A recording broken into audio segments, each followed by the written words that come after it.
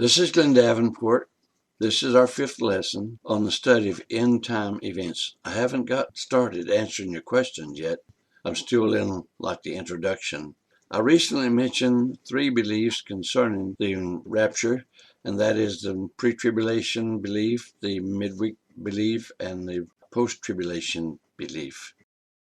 I'd like to start right where I left off and finish this up before we go into a different subject. When we talk about what we believe, I mentioned before, some believe in the pan doctrine, that everything will pan out. And because of that, they think that there's really no reason for them to study it any further.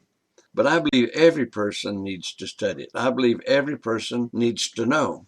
I know that everybody won't do it, but still, some of us will, and maybe we can help others to do it.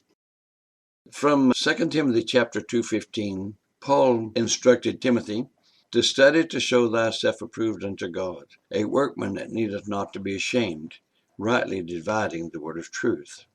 What is there to be ashamed of? If we study and if we know where we get our answers, then we're not just reciting what somebody else says. We are students of the word. We are trying to learn.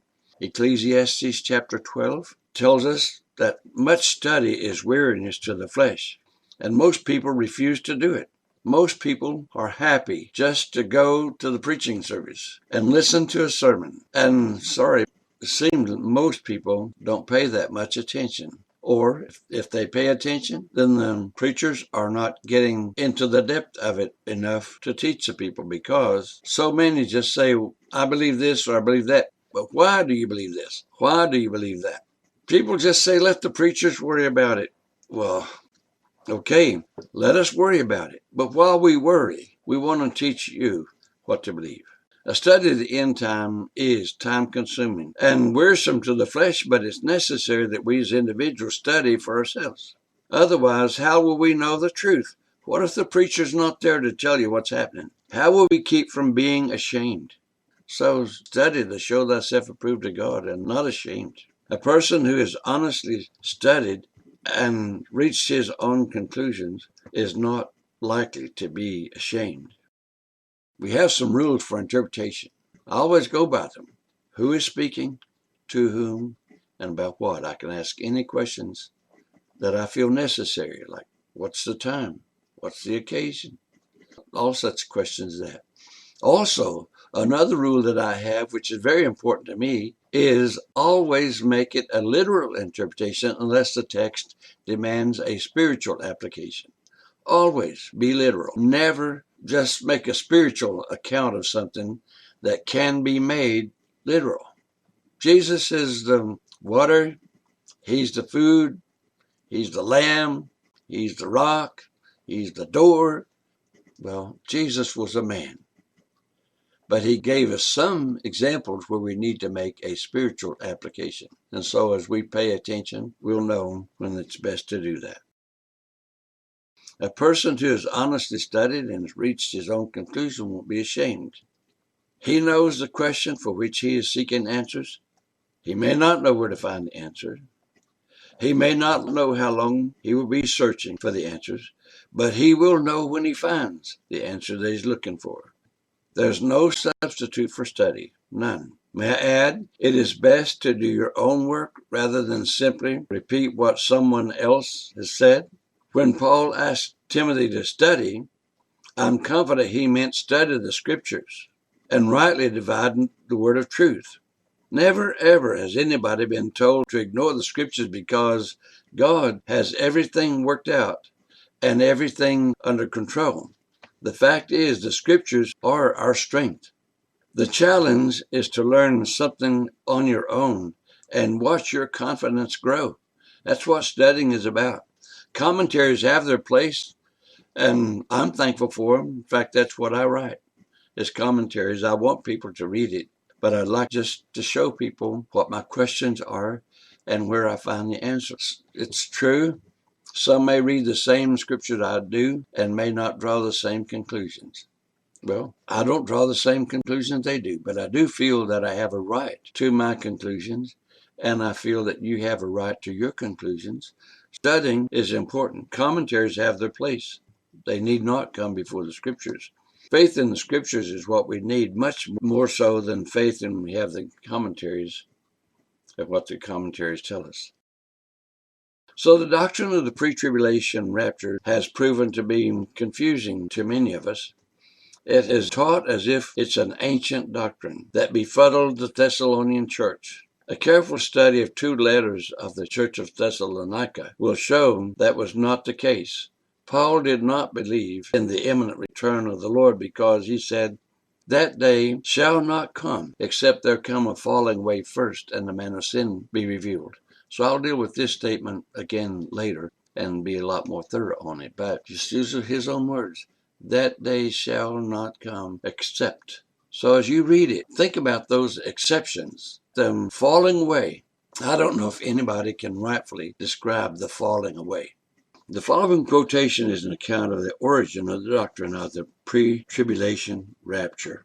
Whether this is impeccable or not does not affect the truth of the Scriptures. Some like to say that Paul taught it. I say Paul did not teach it. If you would take the 1st and 2nd Thessalonian letters that Paul wrote, you would find that Paul spoke of the day, that day, in every chapter of 1st Thessalonians.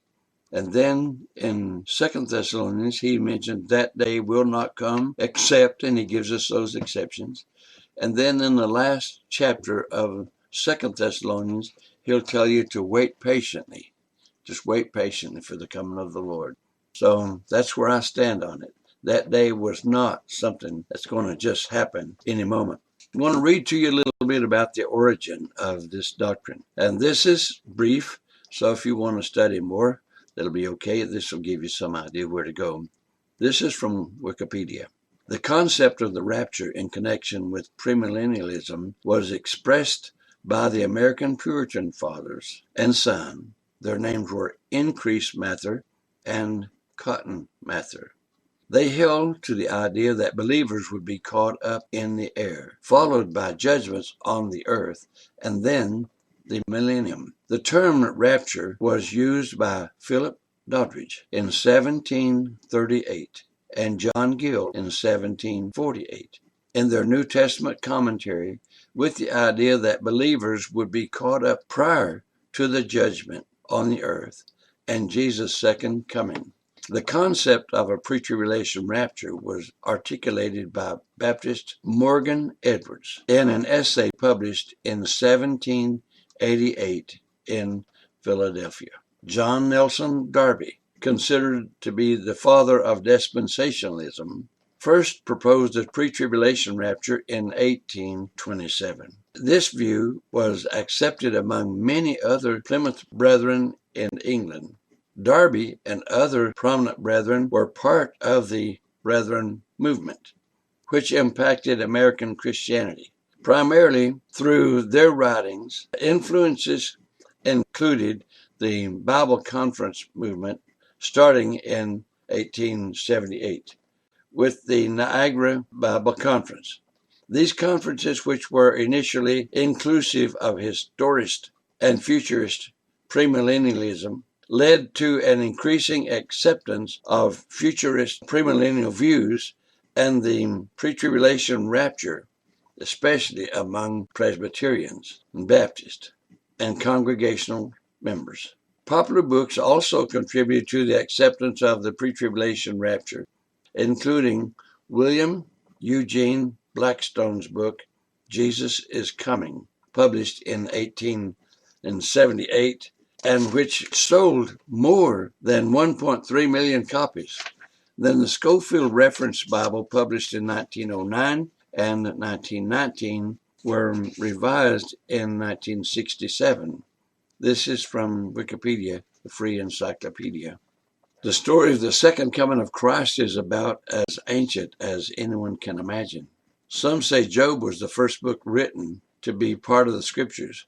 A few things he said verify the belief is not new. And so I'm going to close for today and start there in my next lesson.